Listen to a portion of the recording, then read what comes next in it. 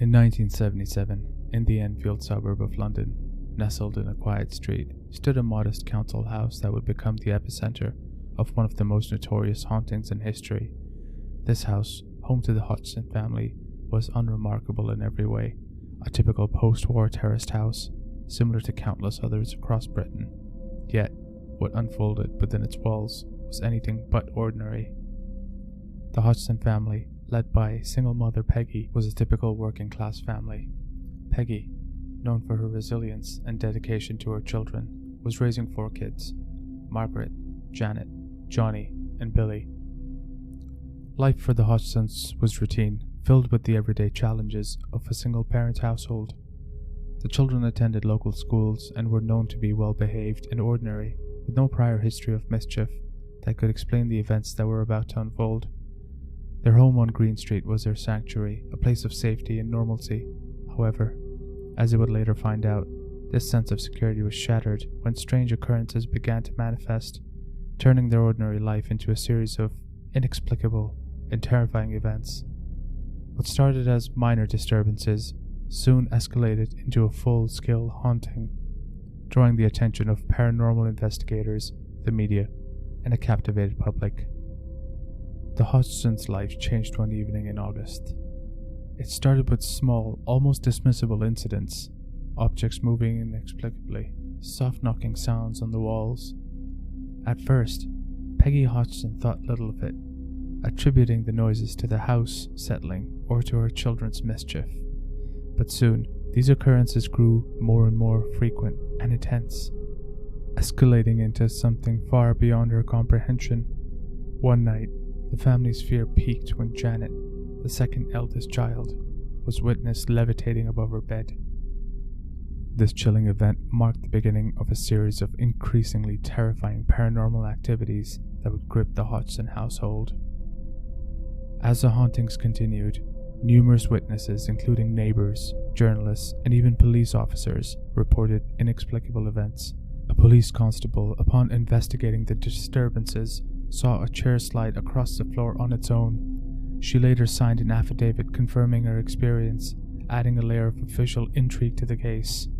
The local media soon caught wind of these strange happenings, and reporters camped outside the Hodgson home. They too became first-hand witnesses to the bizarre phenomena. Journalists reported flying objects across rooms, sudden temperature drops, and disembodied voices that seemed to come from nowhere.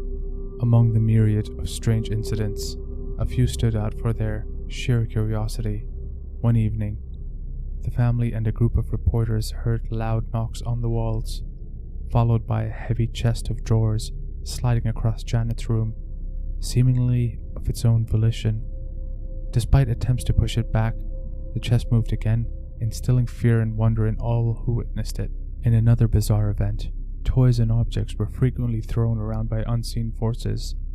A Lego brick was reportedly seen flying through the air, striking a journalist, leaving a mark that was visible for days.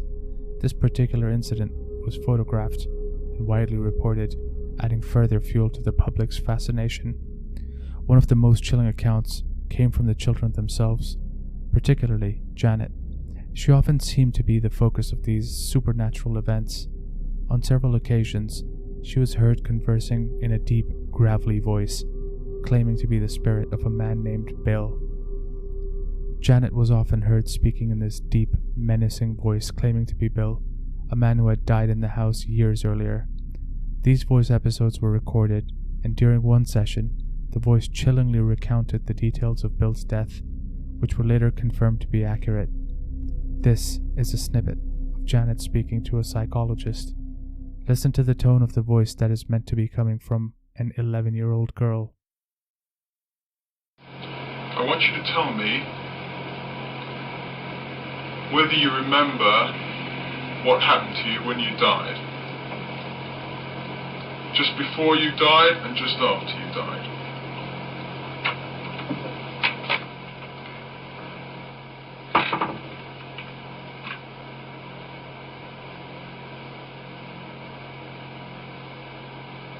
Days before I died, I went blind. Then I had an hemorrhage and not fell asleep, and I died in a chair in the corner downstairs. Bill, if you're there, would you answer me the following question? What have you done with Denise's 30p?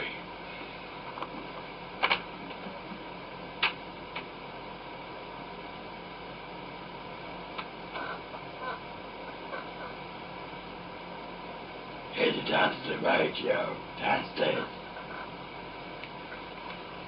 Sorry, Bill, can you say that again, please?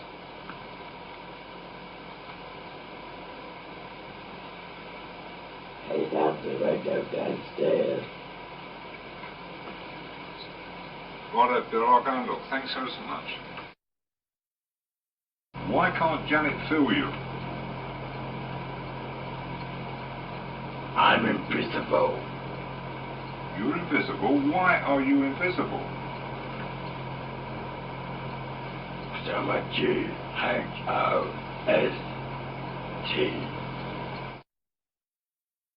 The Enfield poltergeist case attracted the attention of numerous paranormal investigators and skeptics. One prominent theory was that of a hoax, suggested by some skeptics who believed the children, particularly Janet, were playing an elaborate prank. Critics, including those from the Committee for the Scientific Investigation of Claims of the Paranormal, argued that the phenomena could be attributed to natural causes or trickery. They pointed out instances where Janet was caught bending spoons and attempting to bend an iron bar, suggesting the children might have played a role in some of the occurrences. However, the complexity and physical nature of the incidents witnessed by credible outsiders made this theory difficult for many to accept. Paranormal investigators, on the other hand, proposed that the events were genuine manifestations of a poltergeist. Notable investigators like Maurice Grosse and Guy Leon Playfair, who spent extensive time with the family, were convinced of the paranormal nature of the events. They pointed to the sheer volume of incidents, over 2,000 in 2 years, and the variety of phenomena as evidence of a genuine haunting. Other theories ventured into the realm of the psychological. Some experts suggested that the poltergeist activity was a physical manifestation of the psychological turmoil within the family, particularly the stress and trauma experienced by the children. Despite extensive investigation, the Enfield poltergeist remains shrouded in mystery. The debate between paranormal reality and skeptical explanations continues to this day, making the Enfield case one of the most intriguing and enduring in the annals of supernatural research. It has inspired various documentaries, movies like The Conjuring 2, and even a play starring Catherine Tate. Today, more than 4 decades later, the house at the center of the Enfield poltergeist case remains a point of fascination. Remarkably, the house has seen a return to normalcy. New residents have moved in, and over the years, there have been few reports of unusual activity. Some current occupants have even expressed skepticism about the house's haunted past, living their lives unaffected by the eerie history of their home. Despite this return to normalcy, the legacy of the Enfield poltergeist continues to echo. The case remains a topic of discussion and debate among paranormal enthusiasts and skeptics alike, a testament to its enduring mystery and intrigue. As we reach the end of our exploration into the Enfield poltergeist, it's not just the events themselves that intrigue me, but also the broader implications they hold. This story is more than just a haunting, it's a reflection of our universal curiosity and fear of the unknown. Throughout history, humans have been fascinated by the supernatural, and cases like Enfield offer a glimpse into this deep-seated fascination. The global impact of the Enfield case is undeniable. It stands alongside other famous hauntings, not just as a British phenomenon, but as a worldwide topic of intrigue, drawing comparisons and contrasts with paranormal events from different cultures. It highlights how tales of the supernatural transcend borders and become a part of our collective narrative. Delving into the psychological aspects, the Enfield poltergeist underscores our innate desire to understand the unexplainable. Experts from various fields, paranormal investigators, psychologists, and cultural historians have weighed in on the case, each offering unique perspectives that challenge our beliefs and skepticism. Their insights remind us that the supernatural is not just about ghosts and hauntings, but also about our understanding of reality and the human psyche. Contrasting the Enfield investigation with modern paranormal research, we see how far we've come in terms of technology and methodology. Yet, despite these advancements, the allure of mysteries like Enfield remains unchanged. It's a testament to the enduring power of stories that blur the line between reality and the paranormal. Now, I turn to you, the audience. What are your thoughts on the Enfield poltergeist? Do you believe in the supernatural, or do you approach these tales with skepticism? Have you ever experienced something you can't explain? I invite you to share your stories and thoughts in the comments below. Don't forget to like and subscribe.